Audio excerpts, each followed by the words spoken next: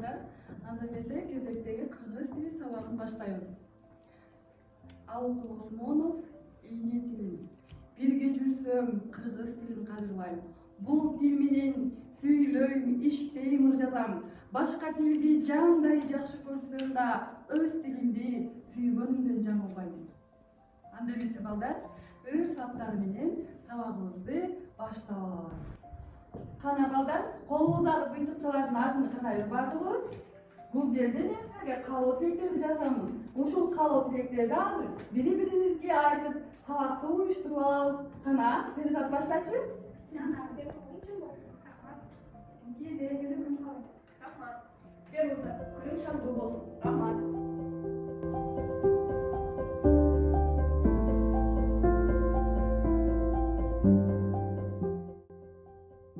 Балдар, сабакка даярбызбы? Азаматтар, анда эмесе баарыбыз экранга анан досуга көңүл бурабыз. Бүгүн биз силер менен руханий маданият жөнүндө сүйлөшөбүз. Грамматикабыз, кептин стилдери.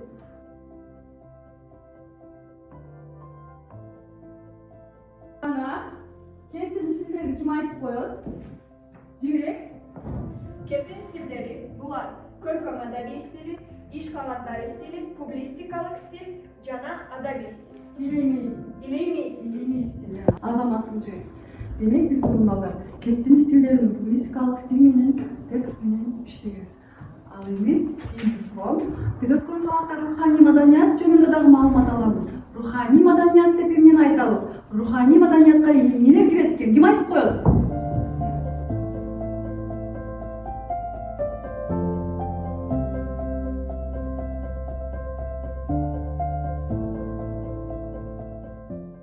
Балдар, бүгүн чын Куран айынын 4-ü тема руханий маданият, бүгүнкү грамматикабыз, кептин стилдери. Бардыгыбыз деттерибизге жазып алалы дагы, андан кийин сабактын максаты менен таанышабыз. Балдар, бүгүн сабактын максаты менен тааныштырып өтөйүн. Тексттин стилдери менен иштейбиз, тексттин негизги ойду табабыз, саптардагы автордун эмоциясын аныктайбыз, тексттеги көйгөйдү таап, бүгүнкү күн менен салыштырып өз ойлорун билдирип, тыянак чыгарабыз. Улуттук баалуулуктарды, нарктын маанилүүлүгүн билебиз.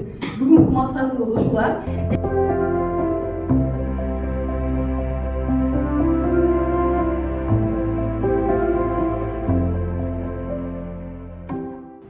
Балдар, биз бүгүн текст менен иштөөдө кеп ишмердирилген түрлөрү менен иштейбиз.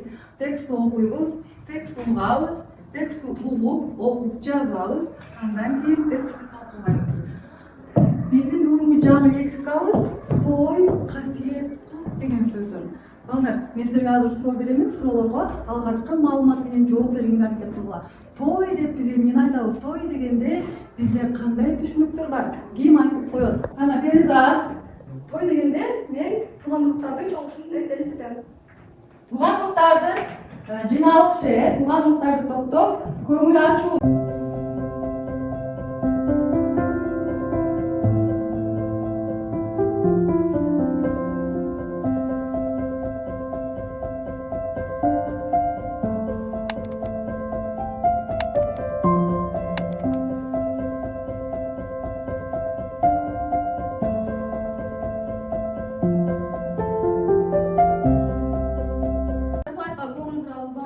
Сайтта эмне деп турат той жөнүндө?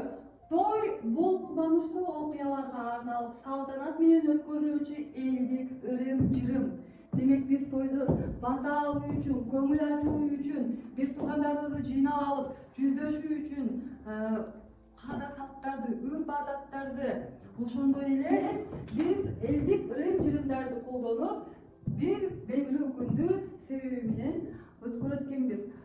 Касиет дегенде сенен айтат, касиеттүү нерседен бир нерсени айтканда, ошондо бул өзгөчө сыйкыртуу деп мен ошентип түшүнөм.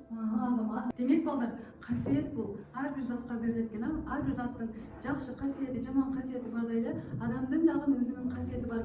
Кут деген сөздүн, кут дегенде силер эмнени түшүнөсүңөр? Кана Фируза? Өрөс, бакыт. Өрөс, бакыт, жакшы. Мен кут дегенди белге деп түшүнөм. Азамат, дагы кут деген Алихан. Жакшы ниет. Жакшы ниет. Ана Мисалы, үйдүн куту дешет. үйдүн куту дешет. Бул адамдарга берилген жыргалчылык, жакшы түштөр, ийгилик, бакыт. Слайдка каратабыз балдар. Бул жерде сүрөттөргө карап силер бүгүнкү болжол менен тексттин темасын табасыңар. Бирөөгө көңүл бурабыз. Ким айтат? Ачыбек? Айтыш жөнүндө дейбиз, текстибиздин темасы дагы.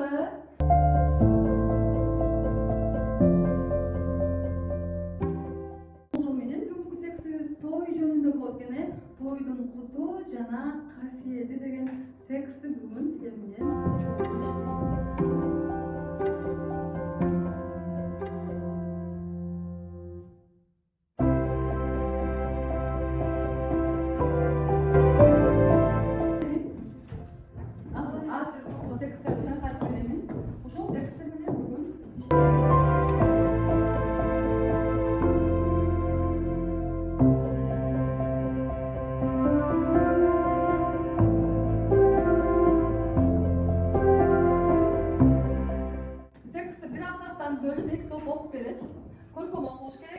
Азыр биз окуу менен бирге угуп, кеп ишмердүүлүгүн дагы чогуу иштейбиз. Угабыз балдар. Кана биринчи топтон ким окуйт? Мен азыр али окуп береткен, кана кулак салабыз. Экинчи топ силер дагы кулак салгыла, бул биринчи абзац кана. Эми той деп калды. Ушу той жөнүндө бир нерсе айта кетейинчи. А дейбиз, бу дейбиз, бу кыргызды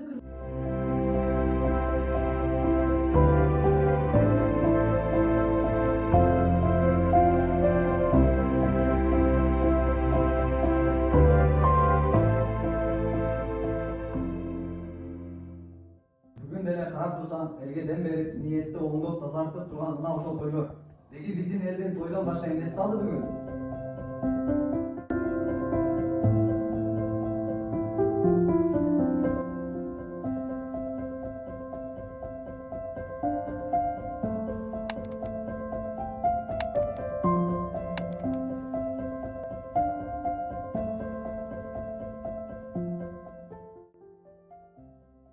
Балдар, 6-чы тапшырмада демек тексттеги негизги ой, көйгөйлөр, эмоциялар жөнүндө презентация кылабыз.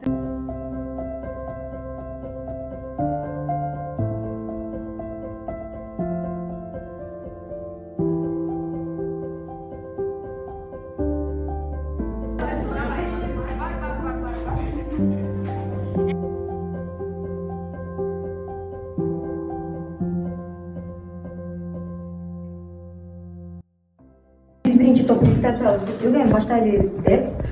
Биринчиси бул руханий маданият. Руханий маданият элдин кеңи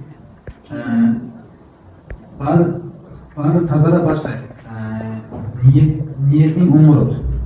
Буга кошумчаласам, руханий маданиятта биз баардыгыбыз ар кандай түшүнөбүз. Руханий маданиятта көбүнчө той башталганда адамдар ниетин оңдоп, ички дүйнөсүн тазалап, ниеттерин оңдоп кетишет.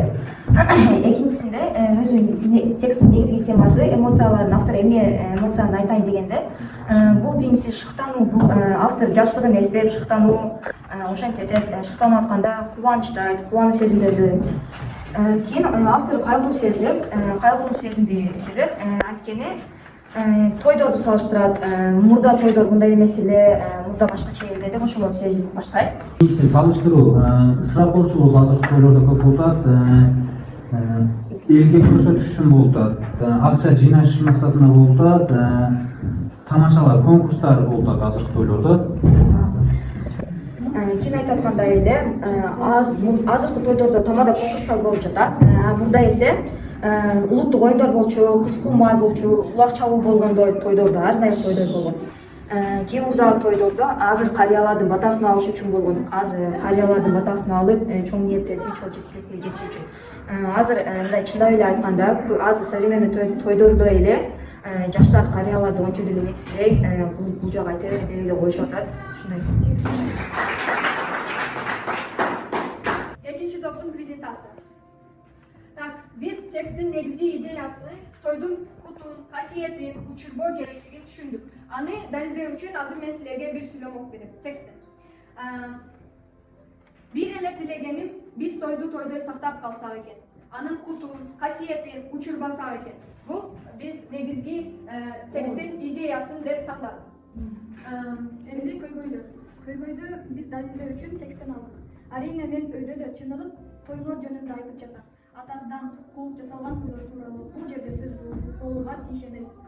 Биз көйгөйлөрдө азыркы тойлордо мынаны көрүп жатабыз. Атактан кулук жасалган. Атактан кулук жасалган тойлор жөнүндө келе. Кийинкисине өтө беребиз. Автордун эмоциясы. Эмоциялар. Автор ушул текстти жазып жатканда ал төмөнкү эмоцияларды билүү берген. Бул кайгыруу, кубануу, өкүнүү жана шыктануу. Шыктанууну ушул сүйлөмдөн билип алсак болот. Мына той берем деп камына баштагандай эле. Жок, камна эмес, ойлой баштагандай эле тазара баштайсың. Бул шыктануу. Кубаныч эмоциясында ушул сүйлөм айтып жатат. Мен бала чактагы өзүм катышкан тойлорду эстегенде да кадимкидей сергелең тартып тазара түшкөнсүң. Бул кубануу. Өкүнүү. Мен өйдөдө чыныгы тойлор жөнүндө айтып жатам. Атамдан кууп жасалган тойлор тууралуу бул жерде сөз болууга тийиш эмес. Бул өкүнүү жөнүндө. Автордун эмоциясы ушул сүйлөмдө өкүнүүсүн билдирип жатат. Азыр бышыктап койсок презентациябызды, башкы ой. Ушул тексттин башкы ою бул эгер тойду туура максатта өткөрсөк, ниетибизди оңдоп, таза даярдансак, анда ал кыргыз элинин салтын, ыйманын жана касиетин сактап калат. Азыр биринчи топтун презентациясын баалап кетели. Биринчи топтун презентациясы тексттен чыгып кеткен. Бул жерде тапшырма автордун негизги бериле турган оюну, автордун тексттин ичиндеги көйгөйдү, андан кийин автордун эмоцияларыны презентацияда камтып кеткен дегенбиз, бирок булар руханий маданият, эмоциялар берилген, туура салыштырууга өтүп кетишкен. Эми автордун негизги идеясы берилген, туура берилген. Андан кийинки экинчи топтун баалап кете турган болсок, идея туура берилген, негиз туура берилген. Акыркы жыйынтыктоосу дагы аябай азыркы руханий маданият темасына дал көп келген. Эмоциялар дагы туура келтирилген, көйгөй дагы туура келтирилген. Ошондуктан мен презентацияга биринчи топко 4, экинчи топко 5 деген баа бердим. Баардык слайдка көңүл бурабыз. Бул слайдда салыштыруу бул кандай тойлор, анан тойлордогу кайсы үрп адаттар, сүннөттөр аткарылып жатат. Азыркы тойлор менен мурунку тойлордун ортосуна салыштыруу жүргүзөбүз. Кана кайсы топ биринчи сүрөттөргө салыштыруу берет. Биринчи сүрөттө кыз кумайды көрүп жатабыз. Экинчи сүрөттө азыркы тойлордогу конкурстарды көрүп жатабыз. Ошону салыштыруу максатында биз бир мисал келтирели дедик. Илгерки тойлордо ар дайым сөзсүз бир улуттук оюндар ойнолот эле. Азыркы тойлордо биз ар бир конкурстарда шерменде болуп, жагымсыз конкурстар деле бар. Бир белең үчүн ошончо кыймыл аракеттер керекпи деп ойлойм.